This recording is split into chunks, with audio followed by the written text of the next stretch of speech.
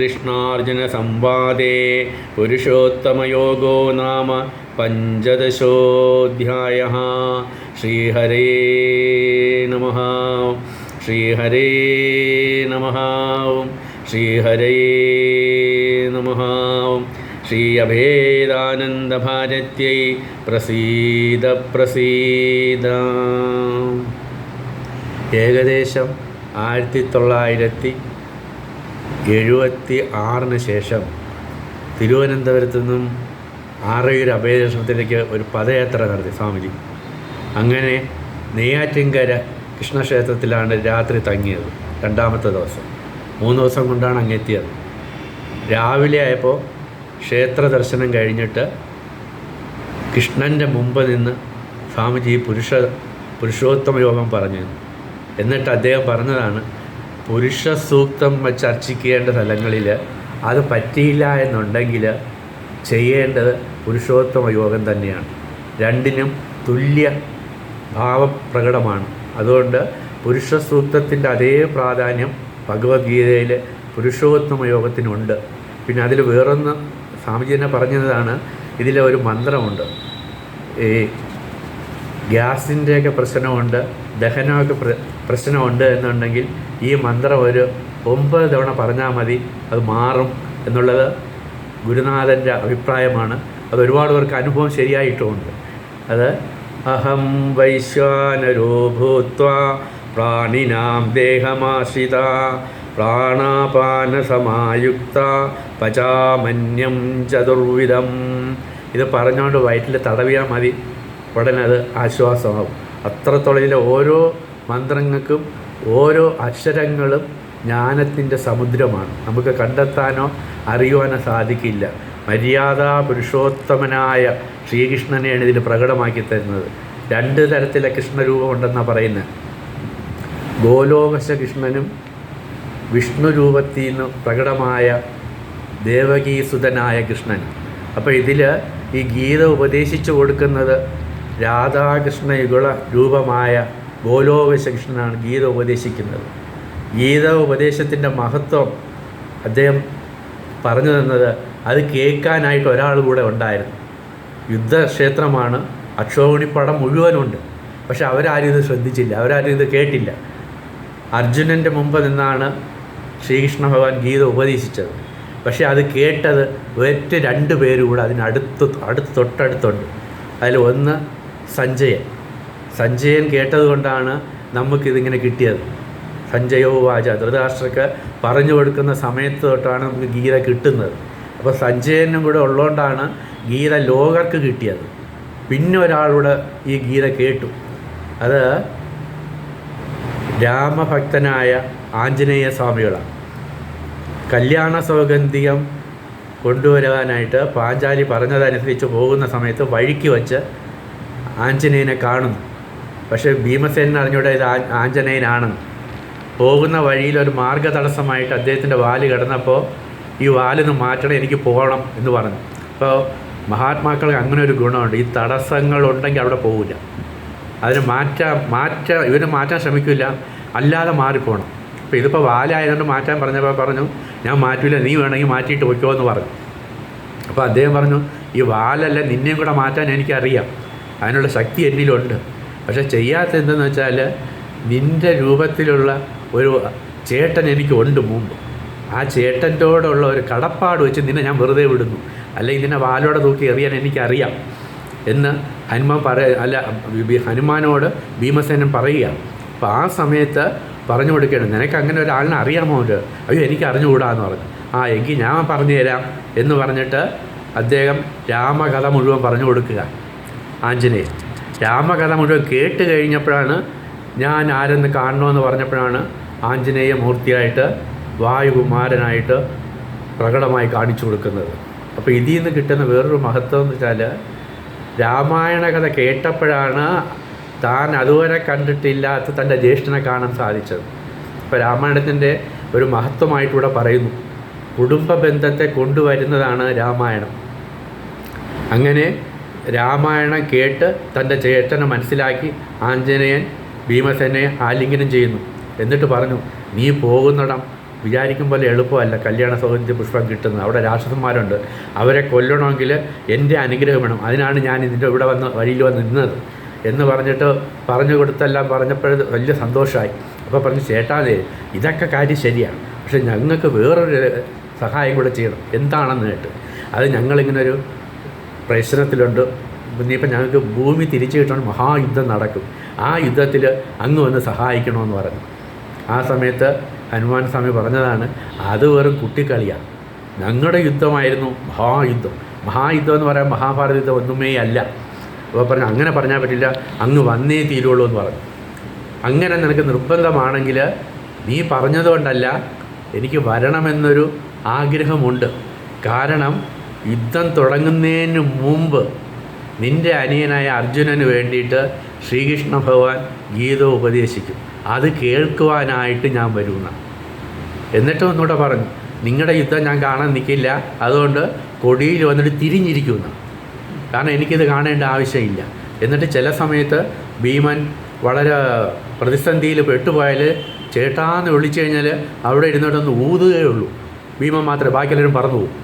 അപ്പോൾ അങ്ങനെ ഗീത കേൾക്കാൻ വേണ്ടിയിട്ടാണ് അർജുനൻ്റെ തേരിൽ കൊടിക്കൂറയിൽ ഹനുമാൻ സാന്നിധ്യം ചെയ്തത്. അങ്ങനെ ഹനുമത് ഭാഷ്യമുണ്ടെന്നും പറയുന്നു. സ്വാമിജി അത് പ്രത്യേകം കൂടെ കോട്ട് ചെയ്ത് പറയുന്ന ഒരു കാര്യമാണ്. ഹനുമത് ഭാഷ്യം ഗീതയ്ക്ക് മഹത്തായിട്ടുള്ള ഒന്നാണ്. കാരണം അദ്ദേഹമാണ് ഇത് ശരിക്ക് ഗീത മനസ്സിലാക്കിയ ഒരാൾ ഹനുമത് സ്വാമികളാണ്, ആഞ്ജനേയനാണ്. അപ്പോൾ ആഞ്ജനേയന് ആ ഒരു കൃപ കൂടെ നമുക്ക് ഗീതാധ്യയന സമയത്ത് വേണം എന്നാണ് പറയണത്. അപ്പോൾ ഗീത മുഴുവൻ കേട്ടത് ശരിക്കും ആഞ്ജനേയ പ്രഭുവാണ്. പിന്നെ ഇതിൽ വേറൊന്നും കൂടെ പറഞ്ഞിട്ടുള്ളത്, ശരിക്കും ചതുർശ്ലോകീയ ഗീതയുണ്ട്. യുദ്ധഭൂമിയിൽ വെച്ച് 700 ശിൽവാനം ശ്ലോകങ്ങളും പറഞ്ഞിട്ടില്ല. അത് സഞ്ജയൻ പറഞ്ഞതും ഇവർ പറഞ്ഞതും എല്ലാം കൂടെ ചേർന്ന് വന്നതാണ്. ഭഗവാൻ പറഞ്ഞതിൽ ചതുർശ്ലോകി ഗീതയുണ്ട്.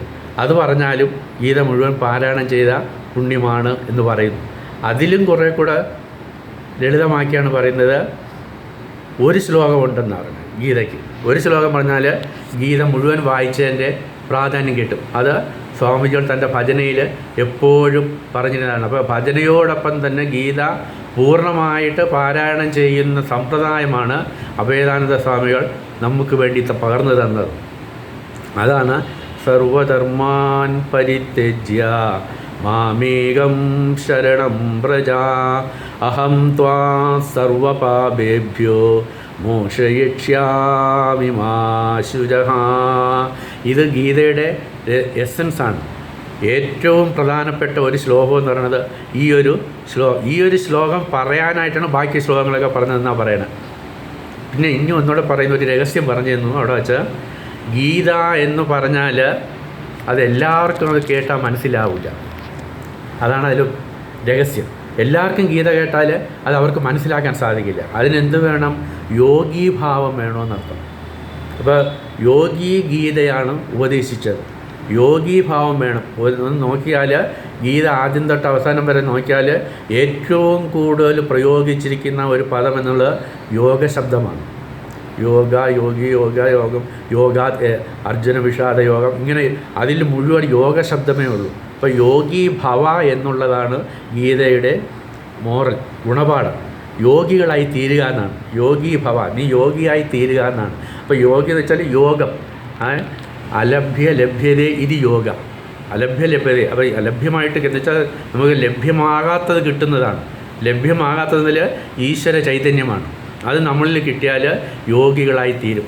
അങ്ങനെ എത്ര യോഗേശ്വര കൃഷ്ണോ എത്ര പാർത്ഥോ ദരിദ്ര തത്ര ശ്രീ വിജയോഭൂത് ധ്രുവാനീർ ധർമ്മധർമ്മമ. അങ്ങനെ നിങ്ങൾ യോഗികളായി തീരുക എന്നും അതിലേക്കുള്ള മാർഗദർശനമാണ് ഗീത എന്നും ഗുരുനാഥൻ പല ആവർത്തി പറഞ്ഞിട്ടുണ്ട്. പിന്നെ ഗീത എന്നുള്ളത് ഗീത ഗീത ഗീത ഗീത ഗീത ഗീത എന്ന് പറഞ്ഞാൽ അത് ത്യാഗിയിൽ ചെന്ന് നിൽക്കുന്നു എന്നും പറയുന്നു. അപ്പോൾ ഇങ്ങനെ യോഗിയെയും ത്യാഗത്തെയും പരിശീലിപ്പിക്കുന്ന ഒന്നാണ് ഗീതാശാസ്ത്രം. അപ്പോൾ ഇതിൽ ഏറ്റവും പ്രധാനം പുരുഷോത്തമ യോഗമാണ്. അതുപോലെ ഭക്തിയോഗവും രണ്ടും ഒരേ രീതിയിൽ പ്രാധാന്യമുള്ളതായിട്ട് അഭേദാനന്ദ ഗുരുനാഥൻ എപ്പോഴും പറയുമായിരുന്നു. ഒന്ന് പുരുഷോത്തമനായ കൃഷ്ണനെക്കുറിച്ച് പറയുന്നതും ഭക്തിയോഗത്തിൽ ഭക്തിയുടെ മഹത്വം, ഭക്തൻ്റെ മഹത്വം, തൻ്റെ പ്രിയൻ്റെ മഹത്വം. അതാണ് ഭഗവാൻ പറഞ്ഞത്, പ്രിയനായിട്ടാണ്, തൻ്റെ പ്രിയനായിട്ടാണ് കാണുന്നത്. ആ മഹത്വമാണ് ഇതിൽ പറയുന്നത്. അപ്പോൾ ഒരു യഥാർത്ഥ സന്യാസിയുടെ രൂപമാണ് ഭക്തിയോഗത്തിൽ പറയുന്നത്. ഇത് പറഞ്ഞപ്പോൾ ഗുരുനാഥൻ പറഞ്ഞു തന്ന ഒരു സംഭവം കൂടെ ഓർമ്മയിൽ വരുന്നു.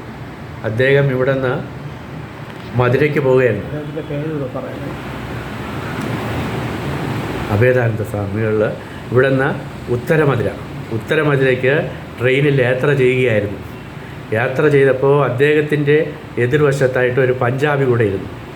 അപ്പോൾ പഞ്ചാബി കയറി ഇരുന്നെങ്കിലും സ്വാമിജിയുടെ ആ ഒരു മുഖത്ത് ആ ഒരു ഭാവം കണ്ടിട്ട് അദ്ദേഹത്തിന് വലിയ അട്രാക്ഷൻ ഉണ്ടായി. അപ്പോൾ അദ്ദേഹം ഇങ്ങനെ സ്വാമിജി ചെയ്യുന്ന എല്ലാം നോക്കിയിരുന്നു. കുറേ കഴിഞ്ഞപ്പോഴത്തേക്ക് അദ്ദേഹം കളിയാക്കാൻ തുടങ്ങി സ്വാമിജിയെ. കാരണം എന്താണ്, അങ്ങ് വലിയ സന്യാസിയാണ്, മഹാത്മാവാണ് എന്നൊക്കെ പറഞ്ഞിട്ട് സാധാരണ ഞങ്ങളെപ്പോലെയെന്ന് എന്നുവെച്ചാൽ ലൗകികരെ പോലെ പെരുമാറുന്നു. അപ്പോൾ ഇതെങ്ങനെ സന്യാസവുമായിട്ട് യോജിച്ചു പോകും എന്നൊക്കെ പറഞ്ഞപ്പോഴത്തേക്ക് ഏകദേശം ഇറങ്ങേണ്ട സ്റ്റേഷനായി. സ്വാമിജി ഇറങ്ങിയപ്പോൾ ആ പഞ്ചാബിയും കൂടെ ഇറങ്ങി. അപ്പോൾ പഞ്ചാബിയുടെ കയ്യിൽ ഒരു സൂട്ട് കേസും സ്വാമിജിയുടെ കയ്യിൽ 2 സൂട്ട് കേസും ഉണ്ടായിരുന്നു.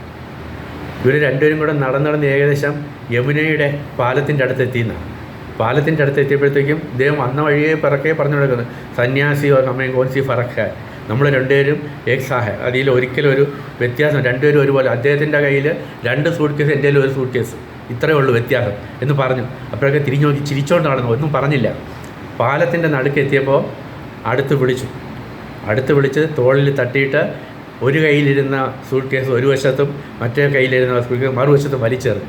എന്നിട്ട് അദ്ദേഹത്തിന് എറിയാൻ പറഞ്ഞു. അദ്ദേഹം എറിയില്ല. അപ്പോൾ പറഞ്ഞു, യഹി ഹെ സാധു ഓർ മാനവ് കാ ഫറഖ്. ഒരു സന്യാസി എന്ന് പറഞ്ഞാൽ വിചാരിക്കേണ്ട സമയത്ത് എല്ലാം വലിച്ചെറിയാൻ സാധിക്കും എന്ന് പറഞ്ഞു.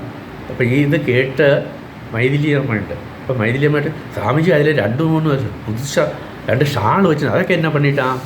അപ്പോഴാ സ്വാമി ചിരിച്ചുകൊണ്ട് വന്നു, സൂട്ട് കേസേ വലിച്ചെന്നു, അപ്പോൾ ഷാൾ എന്നെ പണിയെന്ന് കേട്ടാൽ എന്നെ കൊണ്ടുപോയി. അപ്പോൾ അതുപോലെയാണ് സന്യാസി എന്ന് പറഞ്ഞാൽ എന്തും വേണമെന്നുണ്ടെങ്കിൽ വേണ്ട അതിന് വലിച്ചെറിയണം എന്നാണ് അദ്ദേഹം പറഞ്ഞത്. ഒരു സത്സംഗത്തിൽ അദ്ദേഹം പറയുകയുണ്ടായി, ഒരു സന്യാസി യഥാർത്ഥത്തിൽ ഒരു നായെ പോലെയാണ്.